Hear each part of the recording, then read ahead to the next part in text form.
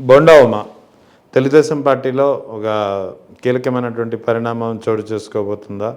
బొండా ఉమని సంజయ్ షే అడిగింది టీడీపీ అధిష్టానం. 3 మెన్ కమిటీ ముందు కూడా కూర్చోబోతున్నారు.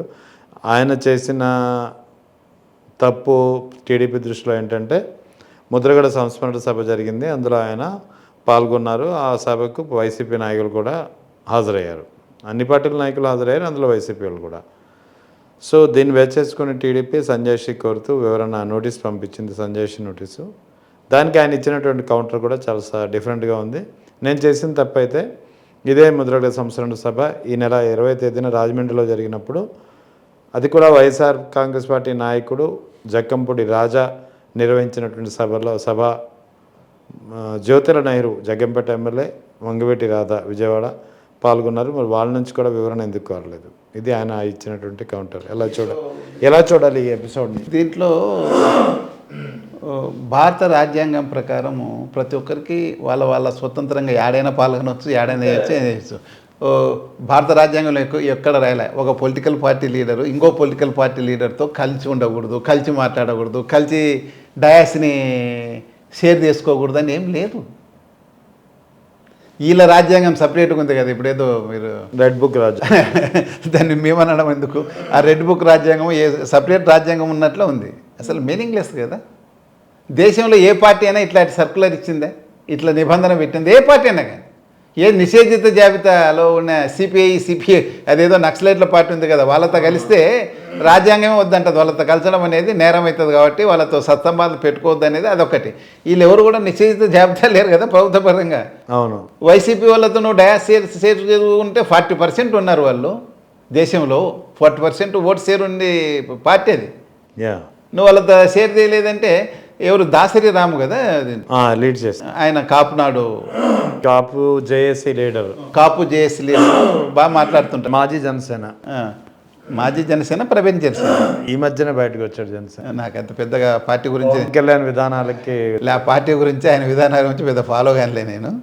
ఆయన మంచిగానే మాట్లాడుతుంటాడు కాపురాము. ఆయన ముద్రగడ ఒక వారి జ్ఞాపకం తీసుకుంటూ సంస్మరణ సభ పెట్టారు. న్యాచురల్గా కాపులంతా పోటీ పడి అటెండ్ అవుతారు. పొలిటికల్కి కూడా కాపుల్లో గ్రిప్పు దంపాయాలంటే అటువంటి సభలకు హాజరు కావాల్సింది. ఏమైనా బోండా ఉమ్మ కానీ ఇంకెవరు కానీ ఎగ్జామ్షన్ కాదు. ఎగ్జాక్ట్లీ. ఖచ్చితంగా వాళ్ళ కాపులు అనే వాళ్ళు ఏ పార్టీలు ఉన్నా కానీ సిపిఐలో ఉన్నా కానీ వస్తారు. వచ్చి ఎందుకంటే ముద్రగడ అనే వ్యక్తి కేవలం కాపుల బీద కాపుల వాళ్ళకు ఆర్థికంగా నిలదొక్కోవాలంటే వాళ్ళకి రిజర్వేషన్ ఉండాలని గట్టిగా నమ్మి విజయభాస్కర్ రెడ్డి కాలం నుంచి తన పదవులన్నీ త్యాగం చేసి పొలిటికల్ లైఫ్ త్యాగం చేసి ఉద్యమం చేసిన వాడతను. మరి దానికి ఈ కాపు లీడర్స్ ఆయన కనీసం ఆయన సంస్మరణ సభకు హాజరు కాకుంటే ఎలా అవుతుంది? అట్లనే హాజరైనారు, పక్కన కూర్చున్నారు. నేను కూడా చూశాను సమ్ వీడియోస్. ఏదో మాట్లాడుకుంటున్నారు. ఇద్దరు బంధువులు ఒక్కోరు పార్టీలో లేరా? వంగవీటి రాధ నీ దగ్గర ఉండరు, వంగవీటి ఇంకో ఆయన పేరు ఏదో ఉంది, నరేంద్ర గారు ఈ పార్టీలు ఉన్నారు. వాళ్ళు సాయంత్రం ఇంటికి పోతే మాట్లాడుకోరా అంటే నువ్వు ఏమైనా సర్కులర్ ఇచ్చి అస్సలు మాట్లాడకూడదు, వాళ్ళ వాసన ఇళ్ళ వాసన తగ్గకూడదని. అదనేది మీనింగ్లెస్ అండి అట్లా సర్కులర్లు ఇవ్వడం. ఆయన కూడా కరెక్ట్గానే ఇచ్చాడు. మరి అంటే సర్కులర్ ఇవ్వకముందు జరిగిందేమో అది. జక్కంపూడి రాజా గారు పెడితే దానికి జ్యోతిల నెహ్రూ గారు, వంగవీటి రాధ అందరూ పోయారు. అది వైసీపీ లీడరే ఆర్గనైజ్ చేశాడు అది.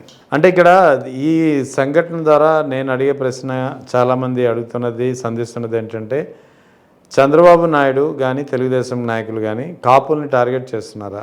కాపులను టార్గెట్ కాదు, కాపు లీడర్స్ అంతా బానిసలుగా ఉండాలా మిగతా వాళ్ళతో మాదిరి అనేది ఉద్దేశం ఉన్నప్పుడు అది ఎవరైనా ఖండించదగ్గ విషయం. డెమోక్రసీలో అవన్నీ కుదరవు కదా. అందరూ బానిసలుగా ఉండలేరు కదా.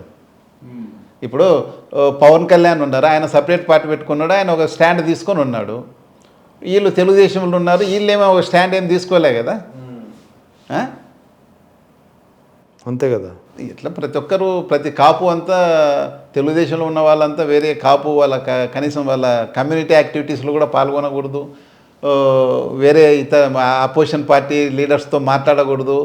వాళ్ళ ఈవెన్ బంధుత్వాలు కూడా తీసుకుంటున్నారు ఊరుకోరు. అవి కూడా డైవర్స్ ఏమంటారా ఏంది? మననే ఏదో పార్టీలో సమ్ చౌదరీస్ పార్టీ పెళ్ళి అనుకుంటా, ఒక చోట జగన్మోహన్ రెడ్డి అటెండ్ అయ్యారు, ఒక చోట చంద్రబాబు నాయుడు అటెండ్ అయ్యారు. అదే ఒకటే పెళ్లికి, రెండు వేరే వేరే ప్లేసుల్లో. ఏదో గుంటూరు జిల్లా అదే బాగా గుర్తులేదు నాకు. అట్లా కూడా తీసుకోవద్దంటారా ఏంది? ఇది రాజ్యాంగ స్ఫూర్తికి వ్యతిరేకమైన సర్కులర్ వాళ్ళు టీడీపీ వాళ్ళు ఇచ్చేది.